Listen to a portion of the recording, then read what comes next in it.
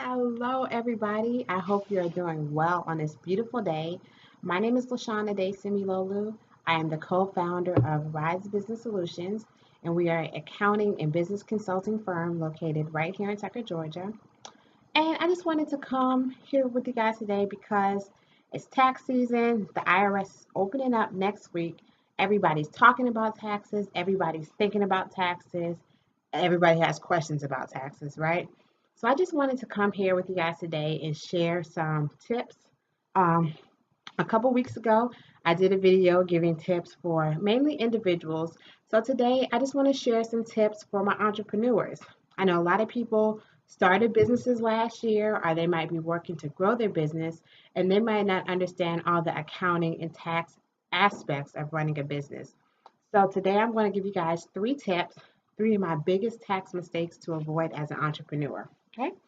And I hope that this video helps somebody. I'm sharing this information just in an effort to educate and inform. So if you found value, I'm asking you to please share it.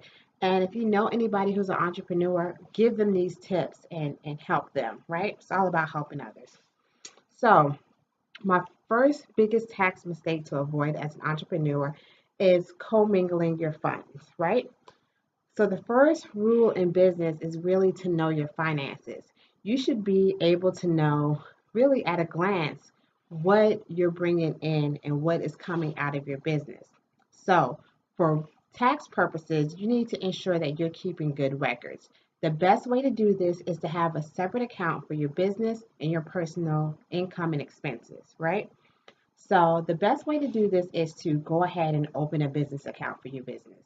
It's clear that is for the business, and it's just the easiest way. However, some people are not at a stage in their business where they're ready to do that. Maybe you don't have a license or all the paperwork necessary to open the business, or you just might not be ready to pay any fees or just to invest in that, and that is perfectly okay. What you can do in that case is to open a separate personal account and just designate that for business purposes. So be sure that it has a check card or a credit card tied to that account. And anytime you're ready to make an expense or a purchase for your business, you'll just use that card to make the purchase. Now, what that's going to do is make everything 10 times simpler for you when it's time to do your taxes. Instead of having to go around and dig for receipts or having to create a separate Excel file or whatever method you're using to track your expenses, all of that is going to be in your statement, and you're usually able to print that off straight from online. When you need to go and see your accountant, all you have to do is print off that statement, and it's going to show clearly what your income was and what your expenses was. So that is my biggest tip.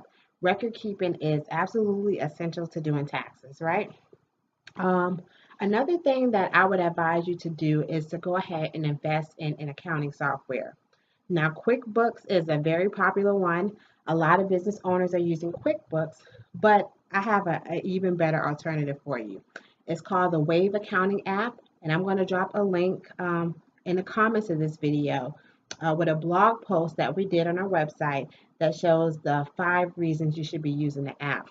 But the biggest reason, and what you guys are going to love, is that it's free. It's not going to cost you anything. And it's just a perfect tool that you can use. Not only can you track your income and expenses for your business, you can also send invoices out to your clients, branded with your logo on there. You can also accept payments through the app. And if you're running more than one business, because I know a lot of people are into multiple streams of income and they might have more than one business that they're juggling or managing at the moment. So that is a really great tool. So definitely take a look at that, and I'm going to drop that in the link below. Um, my second tip for you guys, if you're an entrepreneur, is not filing taxes. That's not my tip. My tip is that you should be filing taxes. So that's one of my biggest mistakes to avoid as an entrepreneur. So when I go to networking events and meet various business owners, and I ask them, of course, who handles their accounting and taxes, a lot of times I met with the answer, I don't do taxes. And I'm like, okay, I understand the logic because taxes can be very frustrating and very just kind of scary to business owners. You don't know if you owe, you don't know when you're supposed to be filing taxes, you don't know when you're supposed to be paying taxes. It can be overwhelming when you're first starting off in your business. So a lot of people just avoid it altogether. But you shouldn't do that, and here's why. When you file your taxes, there is a 7-year statute of limitations on that. So what that means is that once you file your taxes, the IRS has 7 years that they can come back and audit that tax return. After 7 years, you're in a clear. Nobody can do anything about it, right? Now, if you don't file taxes for a year, guess how long that return is open for investigation? There is no statute of limitation. It's open for the lifetime of your business. So 10 years from now, 20 years from now, 40 years from now, the IRS can go back if you've never filed taxes for the year and say they wanted to audit your business for that year. And 5, 10 years from now, what's the likelihood that you're still going to have transactions and receipts from that year? Slim to none, right? So basically, you are opening yourself up to a possible audit and the probability of paying taxes on that money when you can just go ahead and outsource that out to a tax professional or accounting right now, and you don't have to worry about it. The average business owner spends about 16 hours filing their tax return. And many of them miss out on credits because they just don't know what they're supposed to be deducting, right? So you can kind of alleviate that for yourself and reduce your probability of an audit if you go ahead and file your taxes every single year, right? If you need an accountant, contact us at Rise Business Solutions. We are the experts. We are happy to help you. We're even offering $100 off of business tax preparation this week. So definitely contact us and take advantage of that. We are here to help you. We are the experts. That's what we do, right? Oh, and I also did want to mention, did you know that audit rates right now are less than 1%, right? We don't know how that is going to change in the future. So right now, if you file your taxes, you are experiencing less than a 1% chance of getting audited. In 10 years from now, that could be 50%. We don't know. We don't know what the government is doing. So take advantage of the low audit rates now and just file your taxes, right? That's the best thing to do. All right, my last tip for you guys, and I didn't want to make this too long, but I definitely did want to share some tips that would help you, is biggest mistake to avoid: not claiming all the deductions that you qualify for. So I mentioned earlier that the average business owner that does their own taxes spends about 16 hours doing their taxes, and they don't know really heads or tails of what they can deduct. So the normally you can deduct any business expenses that are ordinary and necessary for your business, and that's really anything that you're using for your business, right? So I'm going to run through some common deductions that you can deduct on your tax return if you're a business owner. I'm also going to include a link below to our essential tax guide for the self-employed. So you can download that and you can have that available for you in a PDF format. And it's going to tell you basically more common deductions that you can itemize on your tax return so that you are ensuring that you write off everything possible in your business so that you can reduce your tax liability. You want to end up paying as little tax as possible, right? We are already paying the government enough taxes, so we don't want to overpay them. We want to make sure that we're using all the resources available to us to maximize or minimize our tax liability. All right, so let's go through a couple common ones for you guys. All right, so advertising costs. Everybody has them. Business cards, flyers, signs.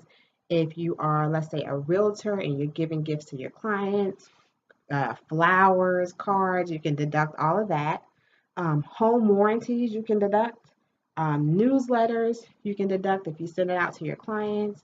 Let's say that you have a blog, you can deduct the hosting fees associated with that blog. Any subscription services, like let's just say email service that you use, you can deduct that. Website hosting fees, you can deduct that. Your cell phone, if you use it for your business, you can deduct that. Your fax line, internet, let's see, professional dues and memberships. So you can deduct, so I'm also a realtor, right? So we can deduct FMLS and MLS costs, super keys, any professional dues, subscriptions, broker fees, franchise fees, freight fees, any fees that you have to pay as a result of being in business, you can deduct all of that, right? All right. So legal and professional, your accountant. So if you do choose, which I definitely recommend, to outsource your business to a professional, you can deduct the cost for your accounting, your attorneys, and any other professional services that you use, right? That's a win-win situation for everybody. Insurance, if you travel for your business, you can deduct meals and snacks, entertainment, tolls, cabs, Ubers, hotels, airfares. If you do education for your business, so you do CE credits or take classes to expand your services that you offer, you can deduct the cost associated with that. Any seminars or conventions that you attend, you can deduct the cost for that. Office supplies, postage, photocopies, pictures, headshots, maps, contract services, business licenses, taxes, computer repairs, cell phone repairs. Guys, I just have a whole list of them, okay? If you really want to know what you can deduct, reach out to me. You can find me at risebusinesssolutions.net, and that's where you can also get that self-employment deduction guide. You can email me at the aplusagent@gmail.com or give us a call at 888 679 6771. We will be happy to help you. This is what we do. This is our season. We are very, very excited and fired up to help you. So without further ado, I'm going to go ahead and end this video. I really hope that you guys found value in it. Just to go over it again, my three biggest tax mistakes to avoid as an entrepreneur are: one, do not commingle your funds. Make sure you keep good records, right? Two, file your taxes every single year so that you don't open yourself up to an audit. And three, be sure that you're claiming all the deductions you qualify for in your business. So as long as you guys are doing that, you're going to be a-okay. I wish you much success in your business. And definitely, if you need accounting, bookkeeping, or business consulting services, feel free to reach out to us. We would love to help you. And I hope you guys have a great day. Take care.